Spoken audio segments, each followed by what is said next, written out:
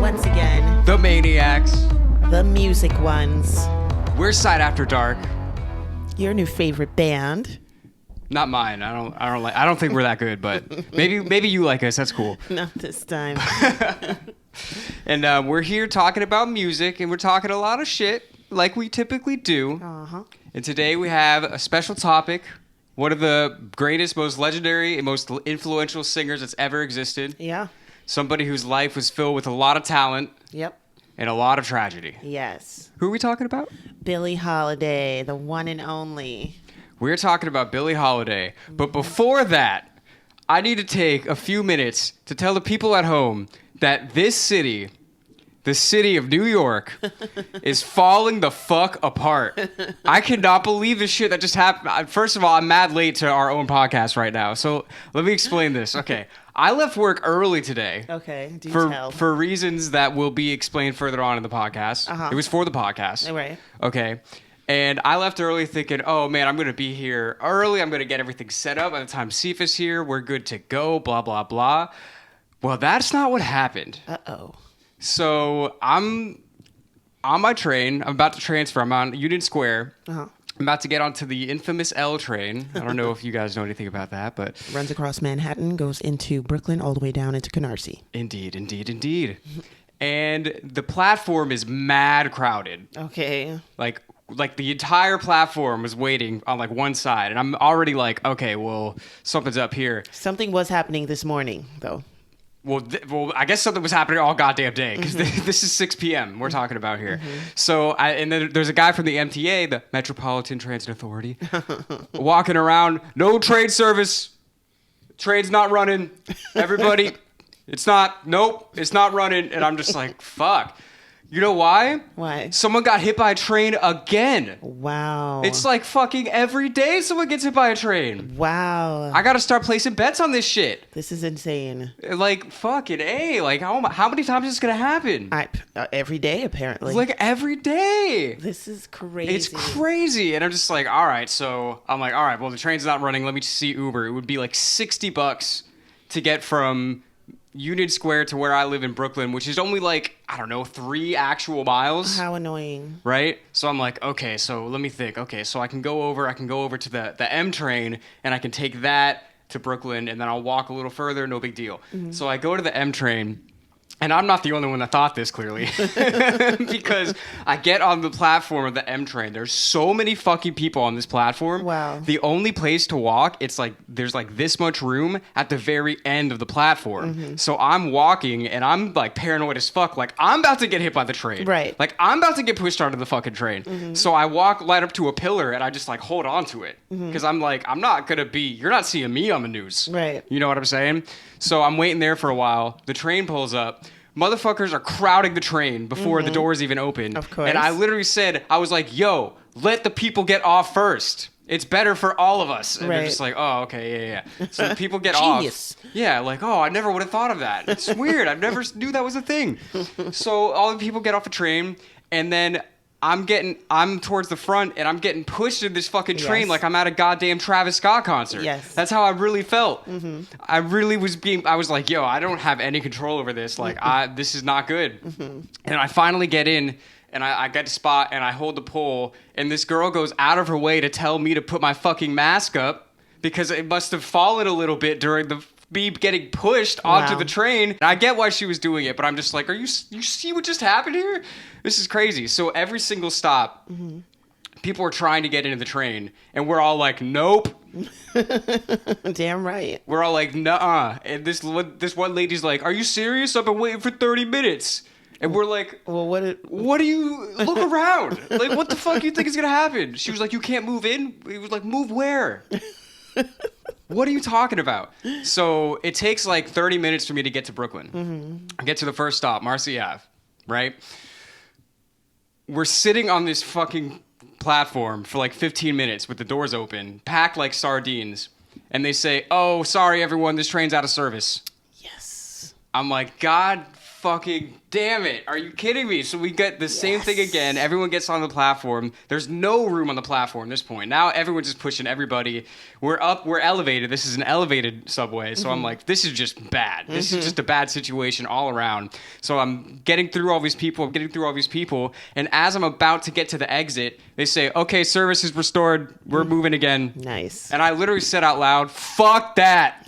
And I walked down and I got an Uber and it was still $40. Whoa. For Marcy? Yeah. Oof. For me to meet you just now till we do this. Wow. I'm just like, Jesus Christ. That's and I left terrible. mad early from work. I Of was like course. so ready to get shit done. I was so hyped for the podcast.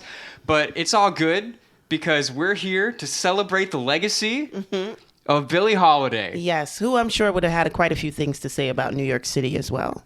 That's why I feel like it was okay to do this little rant. If we were talking about somebody else, I wouldn't have done it. Maybe Billie Holiday would have said, "Child, I never ride the subway." Yo, if we were talking about someone from LA, I'd be like, all right, just hold it in, just don't fucking.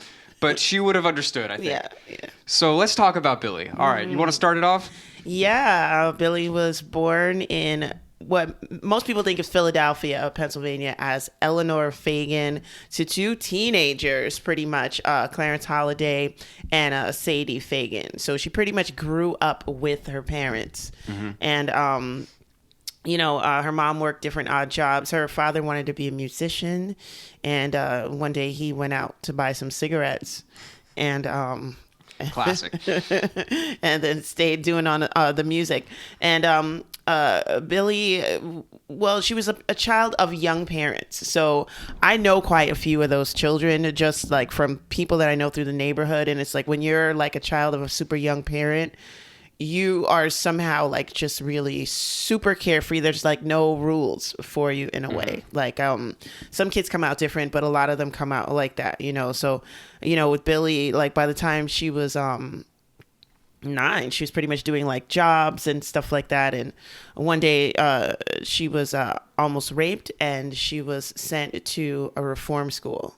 Right. It was a Catholic school, right? Yeah, a Catholic reform school. And they treated her like shit there. So I don't have too much familiarity with Catholic institutions. Yeah. But I don't hear great things. Right. So when I heard that, I was like, ooh. Dun, dun, dun. And wasn't it like she got punished for being raped, basically? Yes, she was accused of trying to seduce the guy as well. And she was like 11. Yeah, so we don't know exactly what happened. But at the same time, she was 11 with a job, with jobs, hanging around the streets, 2 teens as parent. Wait, she was in Baltimore or Harlem at this time? She grew up in Baltimore, right? Yes, Baltimore and Philadelphia area. Her mom, they then moved to New York after to kind of like get away from... Well, I wanted to go back on some of those points, though. Yeah, because she has 2 teen parents, and she's like pretty much running the streets.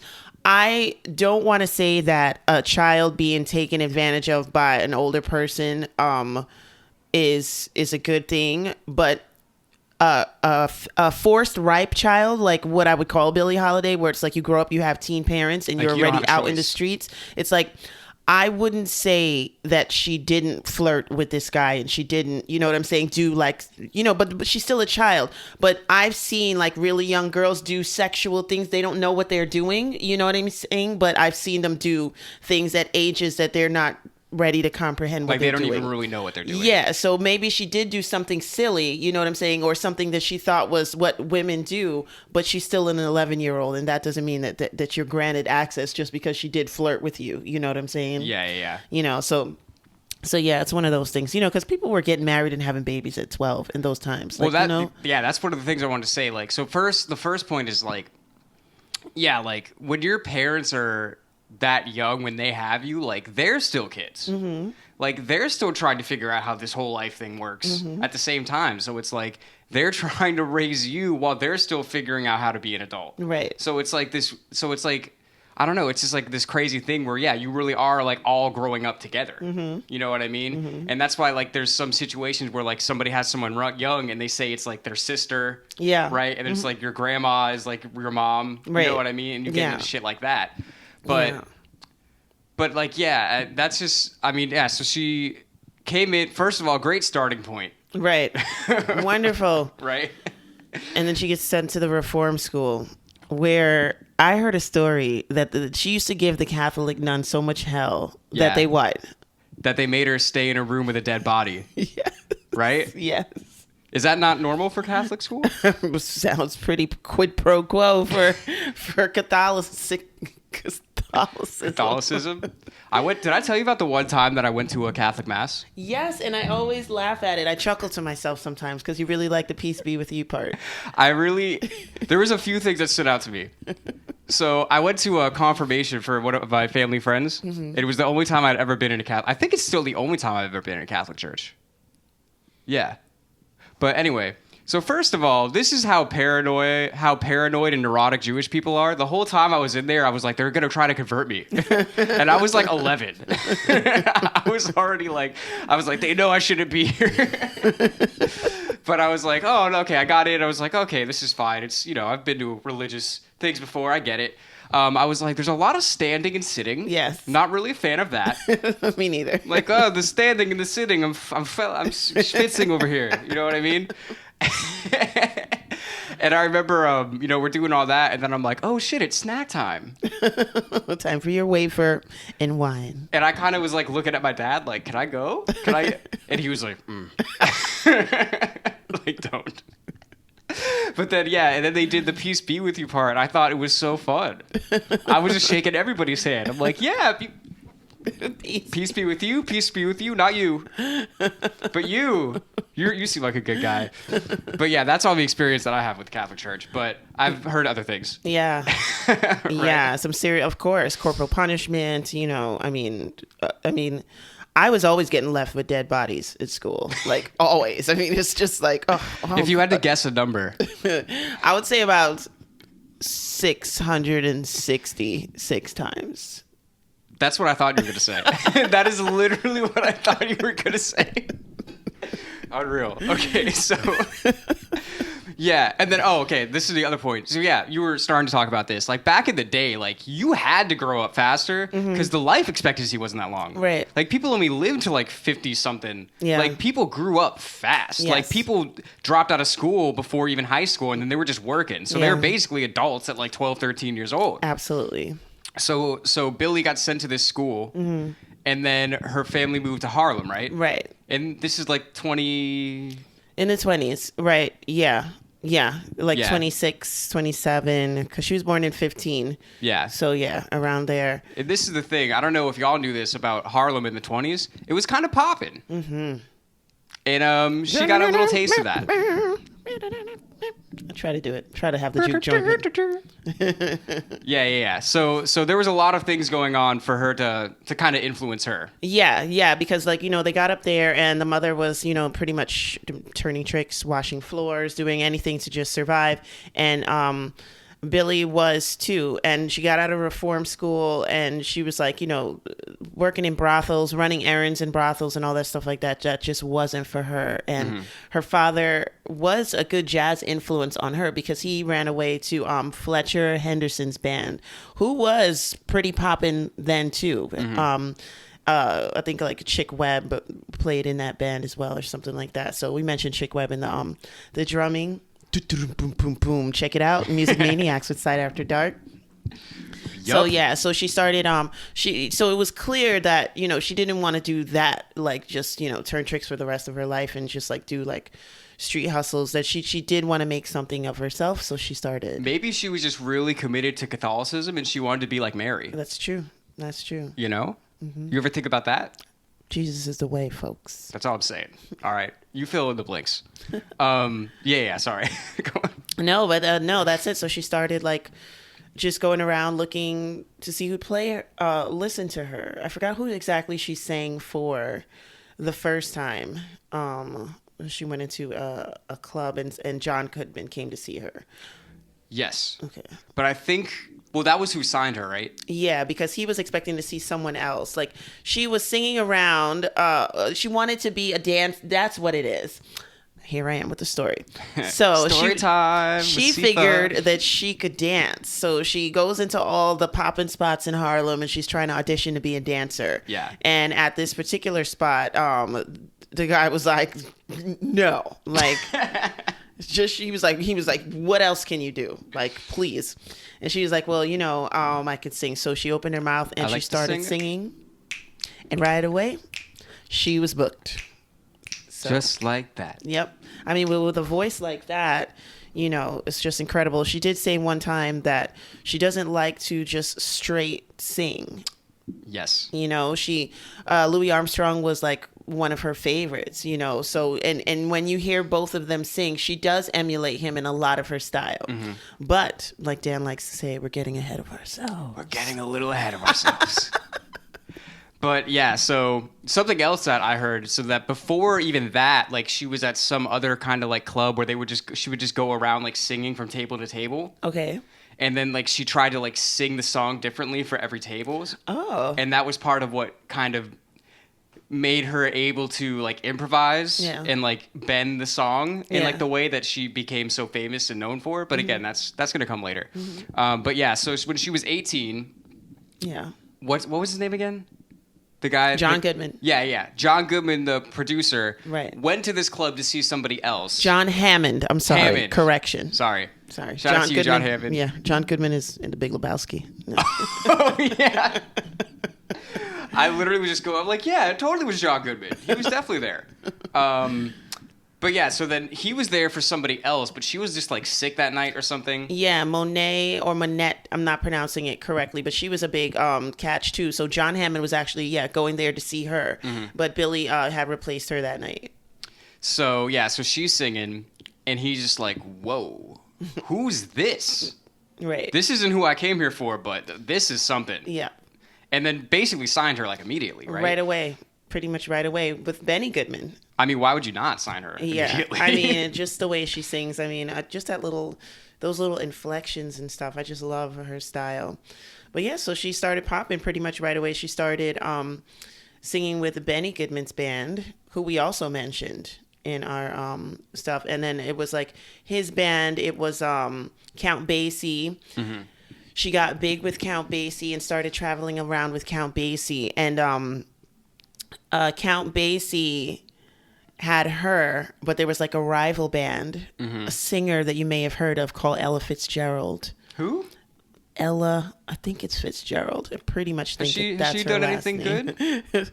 Couple of things. Okay. Just a couple of things. That's cute. But so she had her band that she sang for. Mm-hmm. So these bands were constantly dueling or in competition with each other. And they had like Battle of the Bands nights too, where Ella would pull out her knife and Billie would pull out her knife, and the bands would rise right behind them, and they would circle around in syncopation. Just kidding, but no, they would. I'd pay to see that. Me too. I would totally watch that movie. Right? Me too. Hollywood, get on it. All the band members, like, they have, like, katanas. Exactly. So it's like, you can't get too close to the stage. You got to stay out front. You can't get too close to us. It's like the ring. They make a boxing ring out of swords. Ugh. Sorry. Continue, please. But, and it would be nights where it's like, okay, well, one magazine said that Ella's band won, and next magazine said Billie's band won. And Ella and Billie ended up actually becoming good friends in the end. So it's a really cool story, but friendly competition. Why not? Yeah. Yeah, so going forward, right? So now she's, Count Basie after a while was sick of Billie. Like, come on now. Why was that? Well, she wanted to come in. She wanted to sing the song the only way she wanted to sing it. So all the instrumentalists had to adapt to her style. So if it's like a song, let's say like Stormy Weather, it's normally sang in a key of whatever, like A or something like that. Yeah. And Billie comes in and is like, hell no, I'm not singing in that key, basically. And she's like, and I don't want you stopping here. I don't want you starting here. I want the intro to go a little bit longer. Imagine now. So these are trained professionals and they're dealing with this. This is great, though, because this is what I wanted to talk about a little bit when we were getting ahead of ourselves. So that is a big deal for a lot of reasons. Because before, we talked about this before, like the way that music evolved is really interesting. Like before, when we were talking in the drum video, like the drums were originally like very steady on the beat so that people could dance to it. Like music, like it was a lot of dancing and it was really like meant to be like right on the beat so that people could dance to it. Yeah. Right? And there was a big disconnect between songwriters and singers. Yeah. A lot of the time, it wasn't the same thing. A lot of the time, the person would write the song and just give it to the singer, and they're like, okay, do exactly this. Right. But Billie was not doing that. No. She was one of the first people to really make the song her own. Mm-hmm. She would sometimes they were saying that she would actually change the melody to fit the music. Yeah. Which at that time was just like unheard of. Yeah. People were like, "What the fuck? Like we got this. This is a good thing. Why you got to go change it?" Mm-hmm. She was like, "I'm making it better." Like Right. I don't know if she might have actually said that. You never know. But like in reality, that's what was happening. Mm-hmm. Is she was really making it hers and she was owning it. Yeah. And something you said before, how she loved like Louis Armstrong. Like she always wanted her voice to be like an instrument. Mm-hmm. And like jazz players, like the instrumentalists, they were already doing things where they were like improvising and they were messing around with the beat a little bit, like Right. a little before, a little after the beat, things like that. Right. But what she did is she brought that to singing. Yep. Which is like, I mean, it's almost hard to explain like how big of a deal that really is. It really is. For what happened after that and how influential that was. Absolutely influential. Like even to this day, when I listen to jazz and I listen to a lot of songstresses tackle the melody in such like an off tone, or and I'm just like, I still ask myself, like, how did they do that? Like, how did they think of doing that? Like, why would your brain want to veer you off into this tone, into that, and it still fits? How did you find the courage to do that with the song?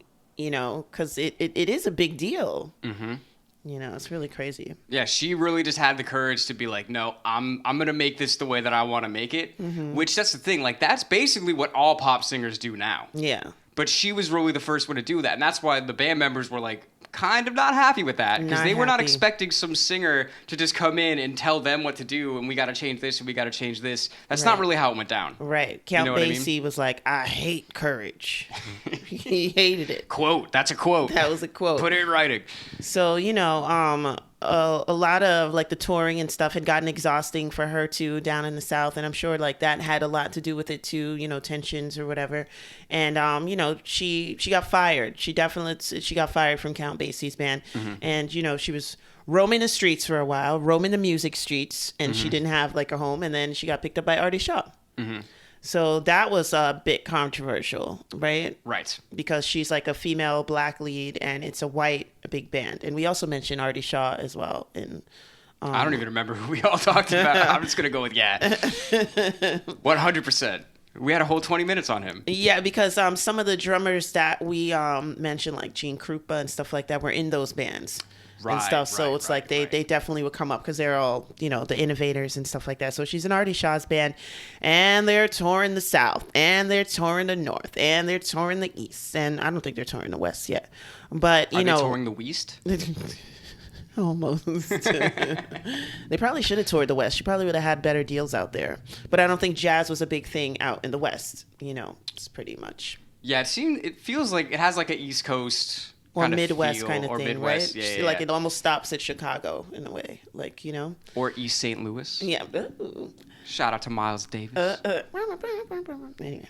But yeah, so she joins his band, and that's like hard on her because it's like she goes down south, and she's got to enter through the kitchen, and she can't go down to the dining room to have food. She can't have drinks. I mean, even up here in New York at the Lincoln Hotel, they were like, you got to go in through the back, like which is just crazy. And she quit Artie Shaw's band, but Artie Shaw really liked her and liked where the music was going. But I think at one point, like, they went, I think they were going as far as they could go as a unit. And then the Lincoln Hotel incident where she couldn't dine with the rest of the band, that's where she had really, really effing had enough. And I think I would have had enough then too, because it's like, it's New York. Like, it's one thing if it's the South and it's like they've got their own laws, but it's like, this is supposed to be the most free city in the whole country. And if you're going to pull this bullshit here, then like, no. Right. Yeah. And I forgot to say this before. I wanted to give an example of her playing with the beat because this is something that I've been thinking about a lot. Because we talked about this before. Well, we talked about this a lot with Sinatra, right? Who he straight up said Billie was his favorite singer, Crazy. and he was like, yeah, like everybody owes everything to Billie in pop singing, basically. That's crazy. But like, they're born the same year. Yeah, 1915. Yeah. Shout out. Isn't that crazy? We're talking about someone that was born over 100 years ago. I mean, oh my gosh. And what's even crazier is like I remember when Frank Sinatra was here, which that's just stranger. Like, you know what I'm saying? Because it's like it's somebody that I mean, I've never seen him in person, but it's like You never saw him on the street? you know, I didn't see Frank in Newark. You never saw him on the M train platform when the train was down? Nope, not on the NJ Transit either. Oh man. Maybe I should have been to Hoboken. Yeah, you got to go out to Hoboken. Yeah. But no, so wait, so Billy, like, okay, so like I'll give you an example, like, I'm trying to think. I don't know if you can hear the beat. So like, if this is the beat, somebody would sing a song like, "Summertime and the living's easy," something like that. Mm-hmm. But she would play around with it. She'd be like, "Summertime and the living's easy," like. Those little, like, small things that, like, people that aren't musicians might not even understand why it's so good. Mm-hmm. And it's so funny to think about because technically what she's doing is she's singing offbeat. Yeah. Which, obviously, if you're, like, a classical musician, you're like, you don't want to do that. You want to sing right on the beat. How could you do that? Mm-hmm. But she was like, nah. I'm really gonna sing it the way that I feel it. Yeah. And that is really the most influential thing. Like that is really the biggest thing that every single singer that you've heard since then has taken a little something of that. Yeah, yeah, and it's like no question. She's named like the voice of the century, and it's that for that reason. And it's crazy, just a talent. And she wasn't even trained as a singer. She just came up and had a little gift, a big gift. But that's crazy. Little tiny gift. A little tiny. So she's getting her fame and her notoriety, and the joint is jumping, right? Mm-hmm. Piano Man's laying it down and stuff. What was that club? There was like it was an integrated nightclub. Cafe Society? Yeah, Cafe Society. Mm-hmm. That she goes there after she quits. Yes. What's his face's band? Artie Shaw. Artie. Professionally known as What's His Face. Yeah. What's his face, Shaw? So she goes there, right? This guy, like, he purposely was like, I want to start an integrated nightclub so that everybody can come, everybody can be together, everybody can enjoy the same music. Mm-hmm. And while she's there, this white dude comes up to her with this song about lynching, which is called Strange Fruit. Right. And gets her a lot of attention. Yeah. In a lot of different ways. Yes. People don't want to hear that song being sung. It's about lynching in the South. It's a poem written by Abel Maripol, who went under a pseudonym, but a young Jewish guy from the Bronx wrote that poem. And then the poem got big. That's really interesting that, you know, I love pre-technology because, like, look how that traveled all over. People, right. Like, you got to read this poem. You got to read this. And now it's like you got to hear this song all of a sudden. So they wanted Billie to sing it. And everybody didn't want Billie to sing it. The song touched her because it reminded her of how her father died, who actually went into the war and was exposed to mustard gas.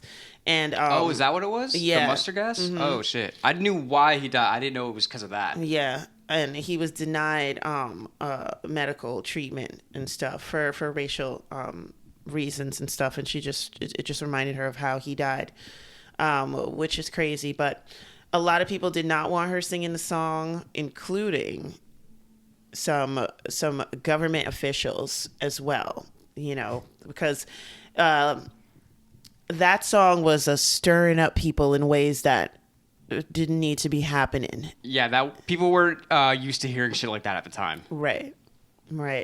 And it was like, you know, you're now the people through the art and through the music are starting to question their own government, you know, the government that just saved them from a world war. Like, who doesn't like that? The government. I wonder why. They hate that. It's a quote from the government. So now what's interesting about the Strange Fruit and the crusade, for lack of a better word, to try to get Billie Holiday to not sing that, is because there was a particular bureau, a narcotics bureau, that was working, well, not narcotics yet, but they were working prohibition. It was basically the pre-ATF, right? Yes, the like drug enforcement, alcohol and tobacco, all that stuff like that. They didn't like that prohibition was coming to an end, and there was like nothing to police. And it's just like, what a lot of us are going to be shit out of jobs now, and they're like, well, what can we focus on? And they're like, okay, well, we're going to focus on drugs. What else can we focus on, right? What else can we stop people from doing drugs? So now they focus on drugs, and a particular agent by the name of Anslinger, they want to focus Henry? on drug. Or Harry? Harry. I'm going to call... Wait, so it was Harry? Yeah. So I'm going to call him Henry, because Yeah. fuck that guy. Fuck that guy. So Henry was a piece of shit. Oh my gosh! I mean, and it's so funny because his wife actually liked Billie Holiday, which course. is even more strange. So now he's like, okay, well, I got to keep a job. You know what I'm saying? Because I'm not going back to busting tables or whatever the fuck. Whatever he was doing with his life before he became an agent. That was a prestigious job for him, and he's like, I'm not going back to this bullshit. He's like, I gotta find a reason. So now it's drugs. Okay, well, who's always doing the drugs? The musicians. How can I make my job easier? Musicians do drugs? Musicians, dang it, they always do drugs. I don't think I ever knew that. Yeah. So, he's one of those people that didn't like the obvious oncoming of integration in the society. It was obvious, it was inevitable that it was going to happen. Even if it wasn't happening in that day, like any human can foresee that, okay, this is going to happen. So, because you got white kids listening to jazz and going to jazz joints, and, you got musicians integrating, working together and stuff like that. And he's like, fuck this. He's like, let's focus on the musicians, specifically the jazz musicians, because these are the ones that are bringing this foul integration into our country. They're smoking reefer. They're smoking reefers, and I'm not having it, because we're not going to taint the rest of our society, because it's only the jazz musicians that smoke these drugs. Okay, no one else in the country, including like founding fathers, no one uses these drugs. They invented it, right? They invented the plant, right? They made the seeds in like a lab. I thought that. No. Oh shit, my bad. They did, those jazz musicians. And so now he was cracking down on the jazz musicians, arresting them, trying to hold this one, hold that one. But the thing is, with the jazz musicians, nobody was snitching on anybody. That's right. And that was pissing him off. Take a note, New York. That's how it used to be here. But no one was snitching on. Excuse me, can you pull your mask up? Sorry. All right, so he was pissed. He was like, I hate jazz. I hate musicians. Your Henry voice is funny. I get it. I don't like it. I stole it from Grumpy Smurf. I have stolen it from I think him. he was based on Henry. Yeah, I think so too. I keep trying to remember. I was like, "What? Which is the wrong name again?" Because I'm calling him the wrong name. I'm not calling him the right name. This whole fucking podcast. Nope. So then he's like, I hate blacks. And then he's like, I hate fruit. And then I hate trees. He's so pissed at the trees and the fruit. And then somebody starts singing about them. He's like, oh man. He's like, this bitch is going down. So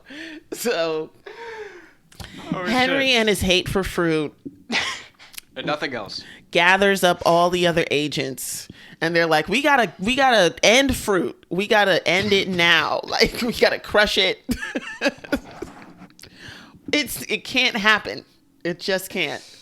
This is a vegetable kind of town. That's right. That's right. So they're like, get all the fruit snitches that like all the baskets, get them all in here. And anyway, so now he's got this crusade. He's got this crusade against this fruit. He does not want it. He wants to burst fruit and have the juice just spilling all into the streets. He wants people slipping on it. He wants people dying on it. He does not want fruit. He wants fruit juice on the leaves. Exactly. He does. Okay. Mm-hmm. So yeah, he does absolutely everything because he wants to target now, and he knows he can't get all the musicians. You can't put all the musicians in jail all at the same time, Hank. You just can't. So he's like, let me narrow it down on somebody. Who can I get? Yo, I'm not gonna lie. For a second, I was like, "Who the fuck is Hank?" And then I'm like, "Oh, right, that's the joke." Yeah. We don't know him. Hillary. That's his name. Hillary Anslinger. So yeah, so now he cracks down on Billie Holiday because he knows he's heard now she's developed a drug problem. Before she was just smoking a little weed and stuff like that. She ends up marrying this guy, and now she becomes a full blown drug addict. The guy, Joe Guy? Yeah, I think I've heard it. Yeah, that's his name. Joe Guy. Joe Guy. I only remember that because I remember reading his name and I'm like, that's really his fucking name? It sounds like somebody made it up like on the spot. Hey, who were you with yesterday? I was with Joe Guy. Joe Guy. You know? Exactly. Pleased to meet you. I'm Joe Guy. Yeah, for real. So yeah, and that's what pretty much happens. Like, he cracks down on her. She's got a new addiction, which is heroin now. And not only that, but she's singing this song, and it's just like, oh, come on. Now she's just walking around. I'm going to paraphrase a quote of him saying, you know, she's just walking around with her high priced clothes, and, you know, and she's getting pretty much everything she wants, and like everyone's at her beck and call, and now she's just singing this song and doing her drugs, and that made him sick. And he's like, I hate that. So for sure. And what's kind of ringing for me from Anslinger is that, okay, this is somebody who most likely grew up probably broke, you know what I'm saying? Probably a little bit of trashy, and got his ideal job with the federal government, okay? And now that job is about to dissipate. Like, you know what I'm saying? And he doesn't want to go back to farming or, you know, getting rid of horse shit or whatever he grew up doing. shoveling shit. You know, and then, so he did all he did just to get to this freaking federal job, which, you know, come on, probably not paying a lot of health insurance, and you know what I'm saying? They probably have great benefits. You know, but probably, You know? got to work like 15, 20, 16 hours just to make a good pay grade. Probably barely sees his wife. You get to arrest whoever you want. Well, then there's that. That's a great perk. Like Billie Holiday. But no, this black lady's pissing him the F off because, you know, he most likely grew up poor, trash. Now he's got his government job. It's hanging in the distance, and he's got to figure out how to keep it. You know what I'm saying? And here's this woman whose people were slaves, and now she's got a fur coat on, and people are serving her filleted steak, medium rare. So you're saying he was a fucking hater. Yes, and he Billy was balling. Yes, he was. Because she was making money at this point. $2,000 a week. I'll take it now. Yeah. I'll take it now. Yeah. Back then, that's money. Yeah. And she was spending a lot of it on drugs, unfortunately. Yes. Which makes it kind of easy to get to her. Yes. Yeah, exactly. You know? Because she's not the most responsible person if you're, you know, passing out in hallways. This is the thing I want to say, though. I think it's funny. So, about this fucking guy who's so adamant on destroying her life. It's like, here we are in the year 2022. Yeah. And we're still talking about Billie Holiday. And we're going to remember her for fucking ever. Yep. And this guy, no one gives a fuck about this guy. This guy's rotting in his grave alone. Nobody cares. But No. Billie will live forever. Yeah.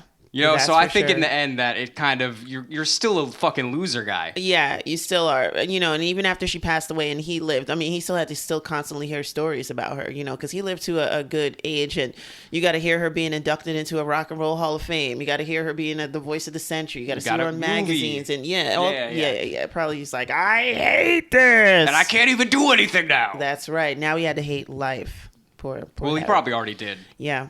There's a little movie. Harry Hates Life. I saw it. Harry or Hank? Hank. Hillary? You decide. Hobo. Tell us That's in what the it should've comments been. which one you think is funnier. Oh my gosh. So they get her. Yeah. They nab her. Those were the words from back in the day. They nabbed her. Yeah. Drat. She got nabbed. Sometimes you just get nabbed, you know? But yeah, so they get her, and she had to go to prison Yeah. for like a year? And a day. Really? A year and a day? I don't know why they do that. They did that to Little Kim too. It was like a year and a day. Just to make a point. Yeah.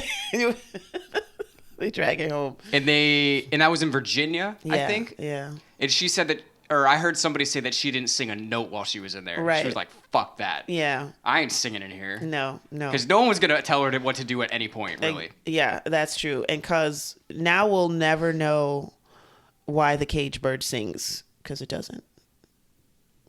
That's what we've heard. And we're never going to know how good that toilet wine is No. in the prisons. No. But so this is the thing though. So at the time you had to have a cabaret card. Yes. to work in New York City as an entertainer anywhere where they sell alcohol, which good thing they got rid of that fucking rule. I don't know when they got rid of that, but that seems so crazy to me. I know. They have club laws too, kind of in New York City, where it's like if you own a bar and if every night at your bar people like to get up and more than a certain amount of people, let's say 10 of them, like to get up and go to the corner of the bar and dance to the music all the time, the city can come in and be like, okay, you're running a club here. And that's a different license. Interesting. It's terrible. It's like Rome. Interesting. But yeah, so that's so weird though, because at least that's like something on the owner. Yeah. Versus to be an entertainer anywhere and have to be able to have this license to do anywhere where they sell alcohol, which is most places. Yeah. I don't know. I just think that's so crazy. It's very interesting and very strange, but whatever. Yeah. Okay, so she gets her card taken away because she got arrested. Yeah. Thankfully, there's some larger areas and larger theaters Greater venues that don't necessarily have to sell alcohol because people are there for the arts. And they're not there for whatever the fuck you do when you just want to get wasted and there happens to be some music in the background. That's not what this is about. Yes. And remember, at this point, she's been a star. Yeah. People know her. So she can come back to a place like Carnegie Hall. That's right. And this is why I left early from work today. I realized while I was getting ready for this, I was like, yo, I work a block from Carnegie Hall. I should leave early and get some video of what it looks like now so that I can play it on the screen right now while we're talking about it so that the people at home can see what Carnegie Hall looks like in 2022 as we're talking about it back in the day. Because I thought it was it's funny you just said something about Rome. Because I was thinking, like, this is so wild. Like, sometimes when we talk about this, it feels like so long ago. But I'm like, this happened right here. I know. Like, I was literally right fucking there. I know. And I'm just like, this is not the Coliseum. Yeah. Like, the stage that she was on is still right in there. Yeah. You know what I mean? It's insane. And that's one of the things. It's like, even though the city is falling apart, there's still more history in New York City than anywhere else in America. And that's something that I kind of forget sometimes. Yeah. Until something like this where I'm like, oh yeah, we're doing this podcast about this legendary person, and the person in the place where she came back to is a block from where I work. It's totally insane. I mean, Carnegie Hall, pretty much the Oval Office of all music symphony halls. And they're like, oh yeah, you just got out of jail? Go to Carnegie Hall. How many people hear that? You know what I mean? Out right from jail to Carnegie Hall. And it was packed. It was packed. She got a standing ovation. And she still kind of doesn't understand what people like really like and love about her. It's just really, really strange that would happen like that. So she plays there. She fills it up. She packs it out, and it's amazing. And if you've heard the recording from it, it's just divine. Like Billie Holiday's singing and her facial expressions, and like, you know, she's just an honest singer where you can see like everything that she's kind of going through and stuff while she's singing on stage, which is interesting. Yeah, and I mean, we spoke about it a little bit before, but just her style of singing is so, like, you can just really feel it. Because it's really interesting. I was watching a video. It's like, a lot of the times, like, a singer is judged by, like, their range or, like, how powerful their vocals are. Right. And she didn't have the greatest range. Right. And she didn't necessarily have the most, like, the strongest voice. But she sang with emotion in a way that nobody else really did. And all those things that we were saying earlier, how she played with the beat and she really made the song her own. Yeah. And that's something that you can really feel, like, to this day. Like, you listen to, like, the oldest of her recordings, and it's like, if you listen to other recordings from that time, like, obviously it's going to sound a little old because the equipment isn't as new, but, like, you hear the way that other people used to sing, and it sounds old. Yeah. You know what I mean? Like, the voice, like, this, the way that they do it, it sounds old. But you listen to Billie, like, her earliest shit from, like, the 30s, you can listen to that today, and it literally sounds like she could be singing today. Yeah, she does something. It's like she pierces the air with her sound. It's something in comparison to all the ladies of that time. Yeah. You know, there's a tone in which they all sang a kind of like a lower tenor kind of tone. And even if they sang high, it still had a kind of like a filtered kind of sound over it, where Billie's voice kind of pushed through those filters and popped through the spaces in those filters. Yeah. If you know, if you can put that in any kind of imagery in your mind and stuff, like she just kind of just Yeah, and even just the little inflections that she used, like in between the notes or like at the end of a note. And it's funny. She said, like we said before, like Frank Sinatra always said that Billie was like the best thing. Like, and he was like, oh, like I knew Billie and she taught me so much. And she was just like, all I ever told him was how to bend some notes. You know what I mean? And he's over here like, oh my God, I would be nothing without her. Like, it's my whole career. You know what I mean? So I just think that's crazy. Yeah, totally amazing. I mean, so many more great things to say. You know, Billie took her name from a star that she used to watch, a silent film star, all the time. And then she took her last name, of course, which was her last name, but she took it from her dad. Yeah. And then they changed it a little bit to Holiday. So the that's spelling. her. Yeah. As opposed to Halliday. Yeah. The dad was Halliday. I mean, the male musicians that worked with Billie Holiday, I felt like I had a need to say this because, you know, yesterday we were talking about doing this podcast and we were just like, oh, we don't want to make it sad and stuff like that, you know, because it seems so tragic and this and that. But the male musicians that I saw interviewed that worked with her, these interviews are probably taken in maybe like the 90s, maybe the 80s. So they had gotten older. They were probably in their 70s and stuff like that by then. They said Billie lived her life exactly the way she wanted to. She was not like downtrodden or anything. You know, like she had these instances with these asshole cops always trying to get her and stuff like that. But she liked her life. Like she dealt with men whenever she wanted to. She dealt with women whenever she wanted to. And she actually, you know, this is not a plug. Don't go out and get one of these guys. She liked abusive men. Like, you know what I'm saying? I'm going to get one. I was going to say that no matter what you said. I got to go get me some abusive men. So she... And the musicians were like, they don't know if that's something from her past that she struggled with, that she needed that kind of confrontation and stuff like that. But she wanted the abusive men in her life and never, you know, complained too much about them. She would just tape her ribs up. Anyway, go figure. And then get out there on the stage and start singing. Yeah. You know? I also heard that she used to fight motherfuckers. Yes. She used to throw hands. She wasn't fucking around. Like, I heard a story, somebody, like, put a cigarette out on her fucking coat, and she just fucking fucked them up. Like, that's badass. That is pretty Somebody's badass. like, she fought like a man. I was like, whoa, shit, bro. Exactly. But, like, you know... And that's what one of the musicians was saying something. He was like a little tiny guy. He was like, I think that's maybe why she liked like these big, strong, abusive guys. Because like if she was with me, like what am I gonna do? That's literally what he said. I was like, yeah, I don't know. She probably beat you up, guy. What do you mean? What would she'd beat you up? Joe guy. But yeah, so you know, just some terrible guys in her life, guys that would sell her out to the cops, you know, especially if she didn't want to be with them anymore. They run straight to the cops and be like, let's set this bitch up. I hate her. So it's a running theme. Yo, chill out, Hillary. Yeah, where are we at now? I forgot. I kind of blinked out for a second. Yeah, so we're here with her getting harassed constantly by... I'm going to call them the NFTs. No, I'm just kidding. We'll call them the Bitcoins. Exactly. Ethereum all day. By the Bureau of Narcotics, okay? Head up by Anslinger, who hates Billie Holiday and hates blacks, but loves recognition. He's kind of extrinsic, okay? This man, you know, does things just for... clout. So he went so far as to getting a black division in the NFTs.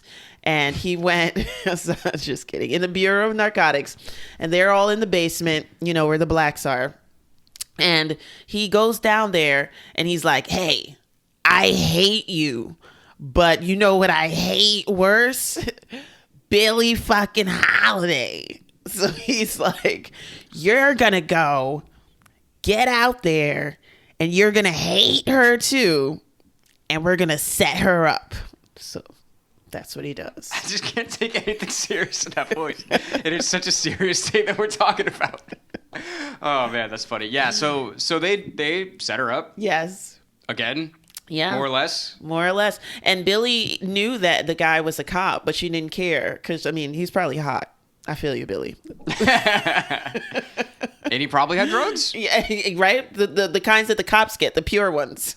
That evidence locker shit. You know what I'm saying? Oh, man. So, yeah, she goes down, but she's not out, but, she kind of is at the same time because there comes a point when the drugs stop liking you, the host. Right. Okay, the drugs love you when you're young and fresh and free, but you keep abusing them, and they're like, the drugs are basically like, I hate you. Here's the thing. If you guys don't know from our podcast, basically you can't be a good musician if you don't do heroin. That's that's the main takeaway from Music Maniacs.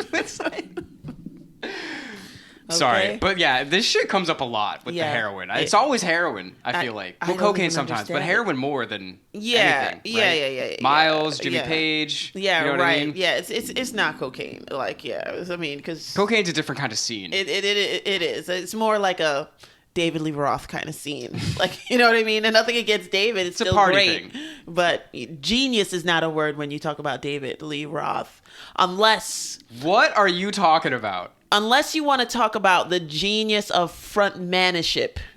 That should probably be a new word. You don't think he's a genius martial artist?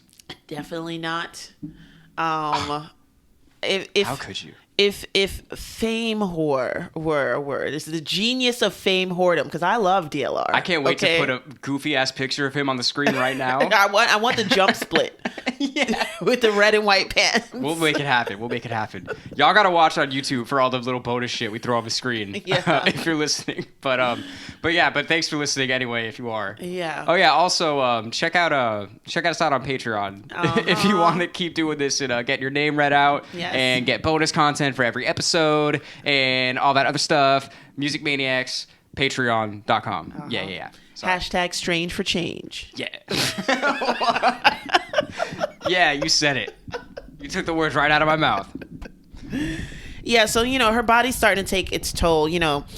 She's doing things that's kind of unsightly. She's passing out. She's not singing that well. This is just like, oh, come on, Billie. We're rooting for you. But Anslinger is like, yes, this is great. She's slipping. You don't want to get caught slipping. Mm-mm. But unfortunately, Billie was caught slipping.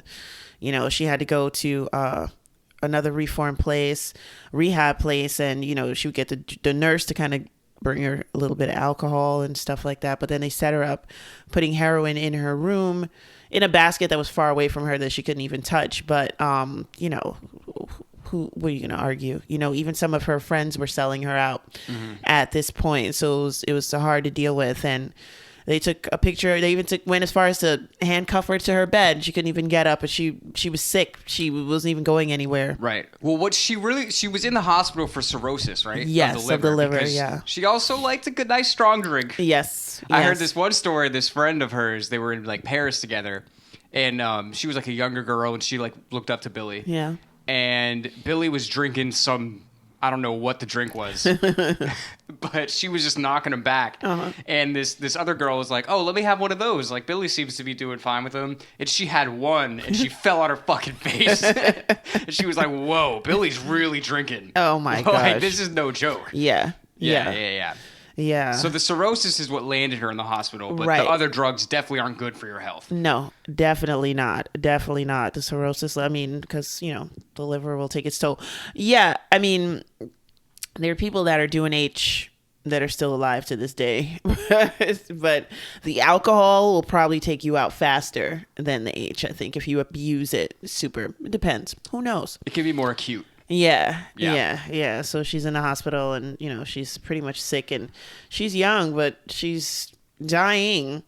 And it seems like, I don't want to say the whole government, because government controls a lot of things, including the sound and recording industry. So and she's definitely getting her sound and recording recognition, and she's definitely playing huge venues, and definitely getting mentioned in Time magazine and stuff like that. So it's not the whole government that's after her. It's just this damn Anslinger. Yeah. I don't know. It's such a weird time. Oh, I forgot to mention something that I thought was super fucked up. So when she was making money, Yeah. She hooked up her mom. Yeah. Right? Like you do when you've got money, you Yeah. look out for your family. So Yeah. her mom opened like a restaurant, basically just borrowing hella money from Billie. And one day, Billie needed a little bit of that money back because she spent a little bit of it too much, maybe on some heroin, maybe some other things. Who knows? Yeah. So she goes up to her mom, like, "Hey, mom, like, can I get some of that money that is basically from me?" Uh-huh. And she was like, "No, that's my money." She's like, "Are you fucking kidding me?"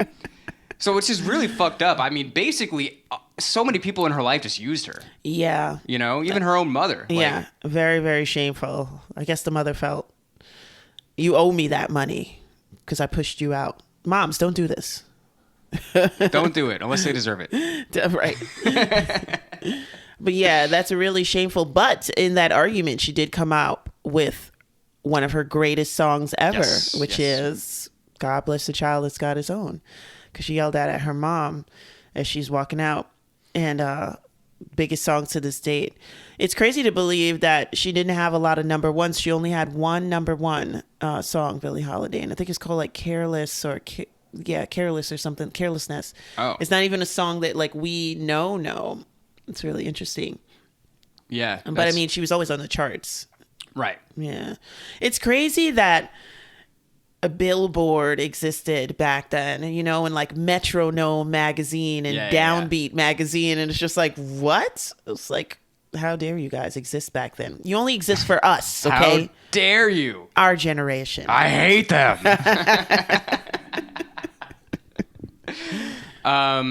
So her health declines. Uh-huh. They set her up. Mm-hmm. She's in the hospital, and they literally handcuff her to the fucking bed. Yeah. And take her mugshot. Yeah. In the hospital as she's dying. Yeah. That's how bad they wanted to get rid of her. Insane. If I were she, you know what I would do? I would just start singing Strange Fruit right there. That would have been badass. Hell yeah, I would have done that. Yeah. I think Anslinger's wife went to the concert at Carnegie. I really? Think I think she he went must have there. hated that. Oh, he hated it.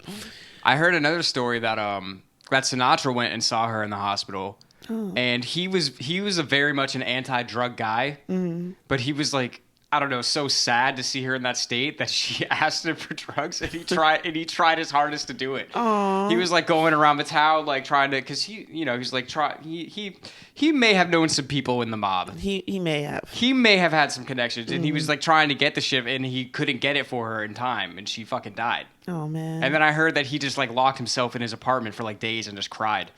Oh man. But I wasn't there. I mean, I can't confirm, but if he really loves Billie, like people said, and like he said, yeah, then it's not out of the realm of possibility. Well, I've heard other stories about Frank locking himself in his room and doing certain things. So, he's a moody guy. Yeah. Just a little bit. We love you, Frank. R.I.P. But yeah, so this is Billie's life, and yeah, we don't want to make it. We try to have some laughs during this podcast because we don't want it, to be. Make it seem like everything happened to her and this is that, where it's like, I wouldn't say that she like loved her life and was like elated with everything, but she was all right with her life. And I feel like for someone like her who grew up the way she did, that was the most control and in charge and high that she could have ever dreamed for herself to go, know, because she could have ended up in so many other situations. One, you're a child out of wedlock, you're a child of teen parents, poor area, not educated, like, you know what I mean? What would your skills be? Cleaning, cooking, hanging out with dead bodies. Hanging out with dead bodies and stuff like that. Exactly. Or probably getting heavy into crime and coming into a short life because of that too. Right. So I feel like she was grateful for a lot of things that happened in her life. You know what I mean? Absolutely. Yeah. So she probably didn't notice. I know one being, on drugs a lot too. It's hard to like kind of like center in and like really step into reality. But she had said something to Maya Angelou, who was a budding singer at that time before too, and she was like, Maya Angelou introduced her on the stage and was like, we have a wonderful person here. And this was after Billie had already like reached her super heights and stuff.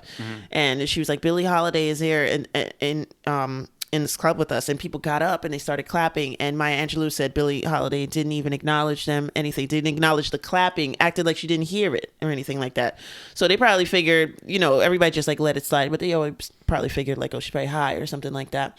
But then Billie got up to go to the bathroom, and actually Maya started singing, and Billie yelled out, "Shut that bitch up. Shut that bitch the F up. She reminds me of my mother singing like that."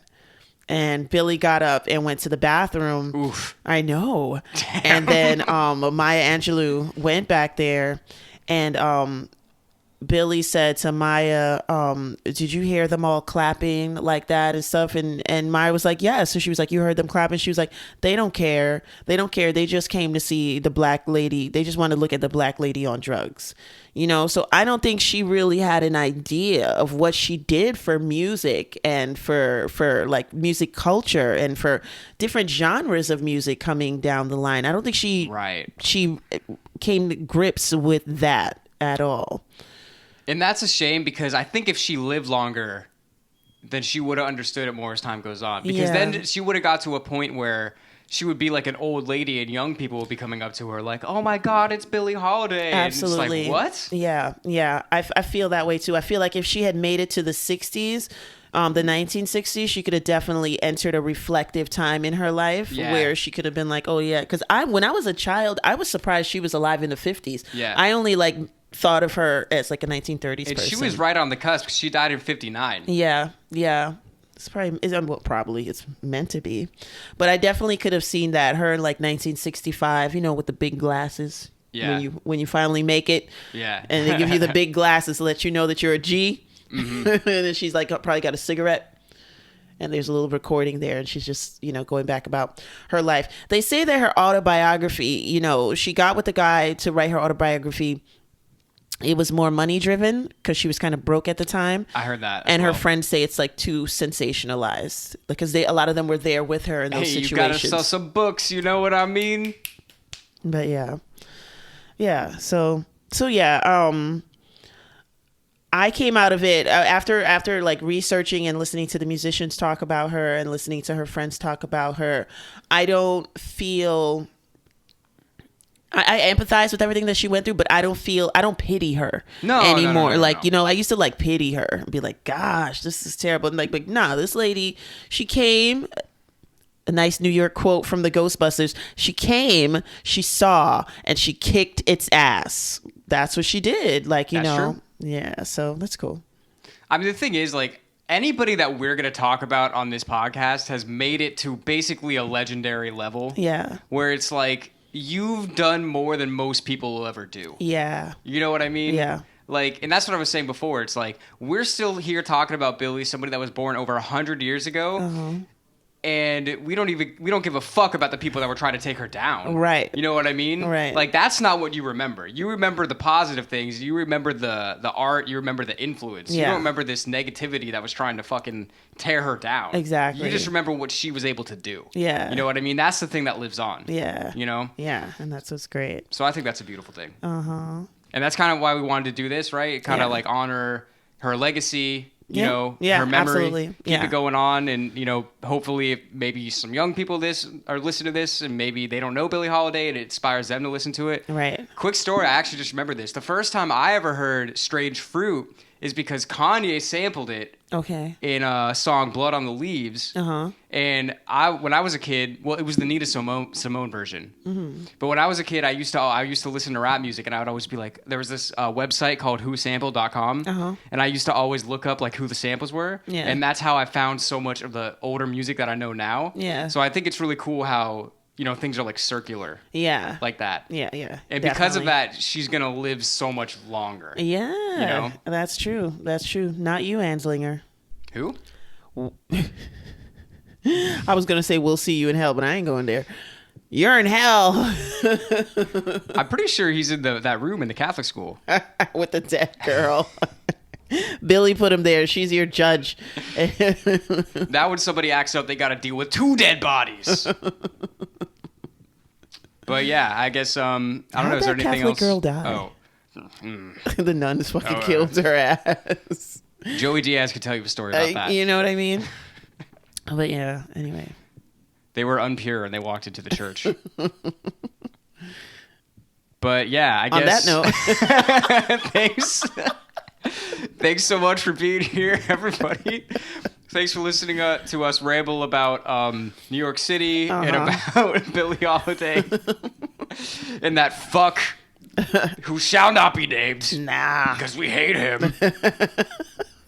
Thanks for being maniacs with us. We appreciate you. If you like the podcast, tell your friends, spread the word. It's the best thing you could do for us. We'd really appreciate it. Help us get bigger so we can move the fuck out of here. For real. And we'll see you next time. See you guys.